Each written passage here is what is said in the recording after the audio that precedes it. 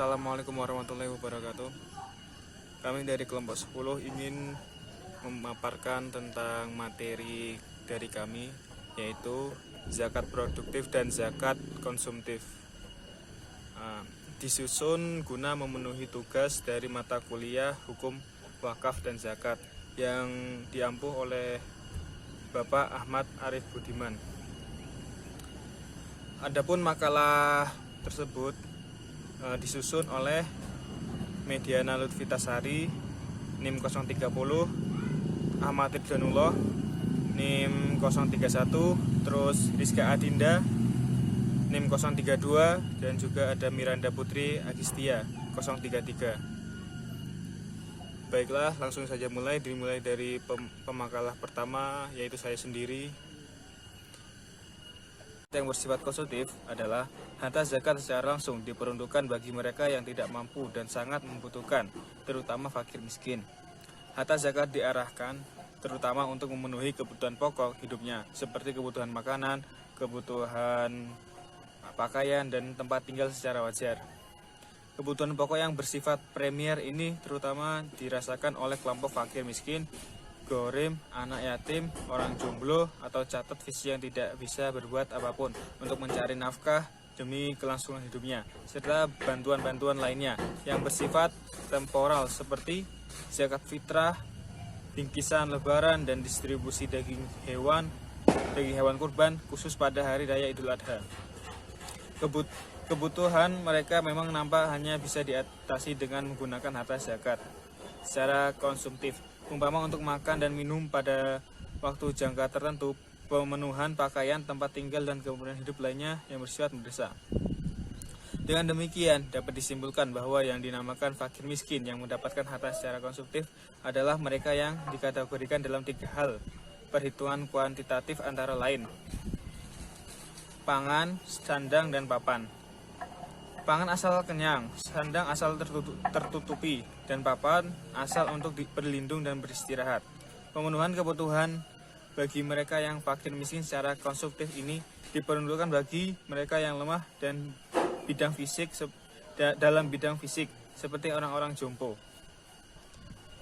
Dalam arti kebutuhan itu pada saat tertentu tidak bisa diatasi kecuali dengan mengkonsumsi harta zakat tersebut.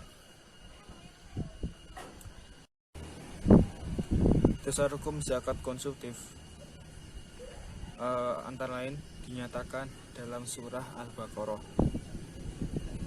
ayat 273.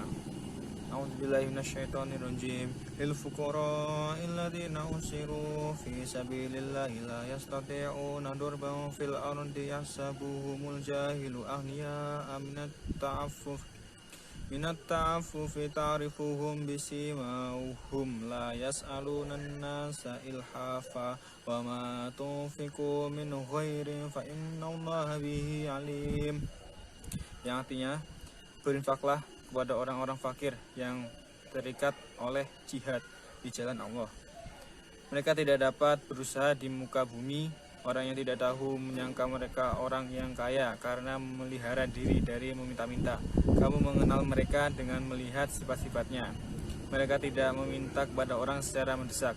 Dan apa saja harta yang baik yang kamu nafkahkan di jalan Allah, maka sungguhnya Allah Maha mengetahui.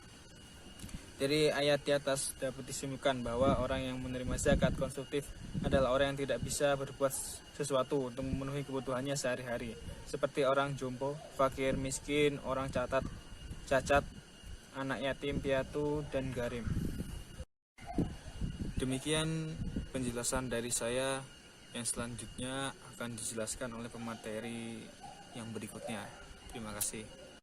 Penyaluran zakat konsumtif ada 2, yaitu yang pertama tradisional. Yang tradisional adalah penyaluran zakat secara langsung pada mustahik. Contohnya, zakat fitrah yang disalurkan kepada fakir miskin berbentuk beras dan uang setiap hari raya Idul Fitri.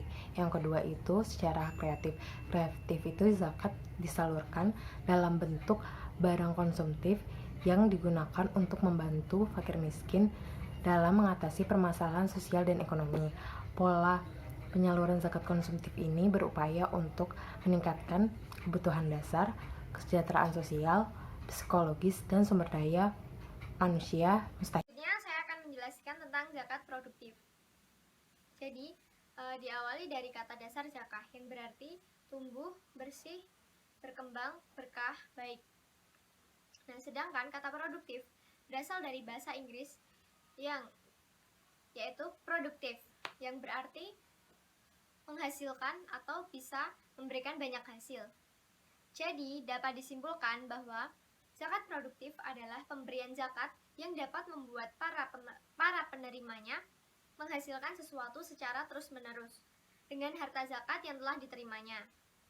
Jadi, dengan demikian, zakat di mana harta atau dana zakat yang telah diberikan kepada para mustahik tidak dihabiskan, akan tetapi dikembangkan dan digunakan untuk membantu usaha mereka, sehingga dengan usaha tersebut mereka dapat memenuhi kebutuhan hidup mereka secara terus-menerus.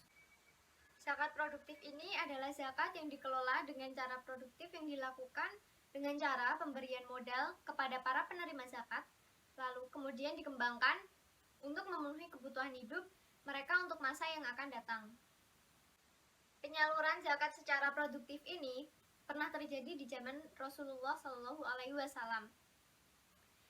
Dikemukakan dalam sebuah hadis riwayat Imam Muslim dari Salim bin Abdillah bin Umar dan dari ayahnya bahwa Rasulullah telah memberikan zakat kepadanya lalu menyuruhnya untuk dikembangkan atau disedekahkan lagi. Disyaratkan yang berhak memberikan zakat yang bersifat produktif adalah yang mampu melakukan pembinaan dan pendampingan kepada para mustahik agar kegiatan usahanya dapat berjalan dengan baik. Di samping melakukan pembinaan dan pendampingan kepada para mustahik dalam kegiatan usahanya, juga harus memberikan pembinaan rohani dan intelektual keagamaannya, agar semakin meningkat kualitas keimanan dan keislamannya. Dari beberapa pendapat di atas, dapat disimpulkan bahwa zakat produktif adalah boleh bahkan sangat dianjurkan bila dikaitkan dengan situasi dan kondisi negara Indonesia saat ini, agar dari zakat produktif tersebut, masyarakat bisa berorientasi dan berbudaya produktif, sehingga dapat memproduksi sesuatu yang dapat menjamin kebutuhan hidup mereka.